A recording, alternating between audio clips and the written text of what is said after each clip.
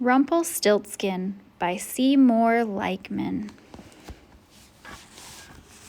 Once upon a time, there was a poor miller who was always bragging about his pretty daughter.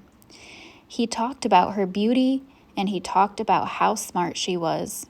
He finally even boasted that she could spin straw into gold. Such an outrageous rumor as that soon traveled to the castle of the king, who loved gold more than anything. So he rode out to meet the wonderful girl himself. The miller proudly introduced his daughter, but much to his surprise and dismay, the king decided to take her back to the castle with him. "I'll put her to the test," he said, "and find out if this tale is true." The king sent out for a load of straw, and he sent out for a spinning wheel. Then he took the miller's daughter to a room deep down in the dungeon. "Spin all this straw into gold by morning," said the king, "or your father will lose his head." The miller's daughter thought she must be dreaming. She didn't know how to spin straw into gold, and for the very life of her, she didn't know why her father had told such a foolish story. But when she thought about how he would surely lose his head in the morning, she began to weep and wail. All of a sudden, a strange little gnome stuck his head in at the window. "What will you give me if I spin all the straw into gold for you?" he asked. The miller's daughter dried her eyes. "I will give you my necklace," she said. "I'll take it," said the little gnome, and he sat down at the spinning wheel. "Spin, spin, spin," sang the wheel. "Round, round, round flew the straw." By the time the sun came up, the yellow straw was spun into shiny threads of gold. The next morning when the king opened the door, he could scarcely believe his eyes, but the very sight of all that gold made him greedy for still more.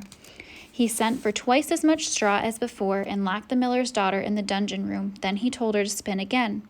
When the poor girl looked at the heaps of straw, she began to weep and wail. Before long, the same gnome appeared at the window. "What will you give me if I spin for you this time?" he asked. "I'll give you the ring on my finger," said the miller's daughter. "I'll take it," said the strange little gnome. The little gnome sat right down at the spinning wheel. "Spin, spin, spin," sang the wheel, and round, round, round flew the straw. And by the time the sun came up, the yellow straw was spun into shiny gold threads. The king was overjoyed at the sight of all the gold before breakfast. "I will take you to the biggest room in the castle," he told the miller's daughter. "If by tomorrow morning you can fill it full of gold, I'll marry you and you'll be queen and never spin again. But if you can't do it, you will lose your head." And he meant it. The king sent for all the straw in his kingdom, and as he watched it piling up, he began to feel sorry for the girl.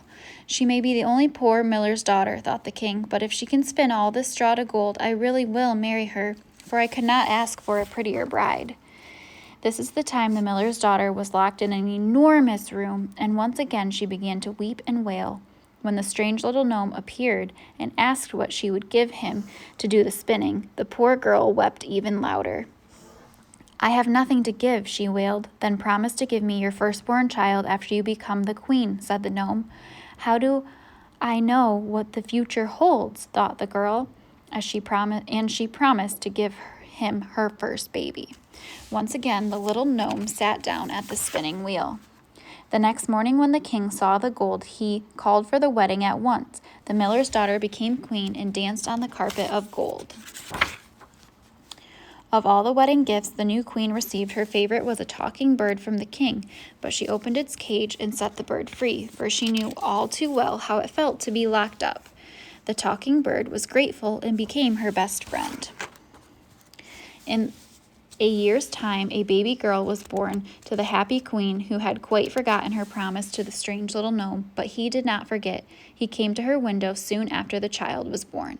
"A promise is a promise," he said. "You must give the baby to me." The poor queen wept and wailed and begged and pleaded. She promised him all of the riches in the kingdom if only she could keep her child. At last the gnome took pity on her. "I'll give you 3 days to guess my name," he said, "but if you can't guess it, the baby is mine." On the first night, the queen guessed all the names she could think of. The little gnome laughed at all of them. "You'll have to do better than that," he said. On the second night, the queen repeated all the names she had been able to find anywhere, but each time she called out a name, the little gnome laughed louder. "That is not my name," he said. By the morning of the last day, the queen was at her wits' end. She sent a messenger far and wide to find out the unusual names in the kingdom. Her walking bird went too. Before nightfall, the bird came to the cottage hidden in the woods. In the front of the cottage danced the strange little gnome, and as he danced, he sang, "Today I dance, tomorrow the same, tonight the queen's first child I'll claim. She will never win this game, for Rumpelstiltskin is my name." On the third night, when the little gnome appeared, the messenger had still not arrived at the castle. The queen did not know what to do. She began to call out names she had made up in her head. Just as the gnome was about to take her child, the talking bird flew in the window and whispered something in her ear. "Is your name Rumpelstiltskin?" cried the queen. Rumpelstiltskin turned every color in the rainbow. He huffed and he puffed and he screamed and he snorted and he kicked and he shivered and he shook himself into a million pieces that blew away in the wind. From that day forward, he was neither seen nor heard from again. And for the miller's daughter, she and the king and their baby and the talking bird lived happily ever after.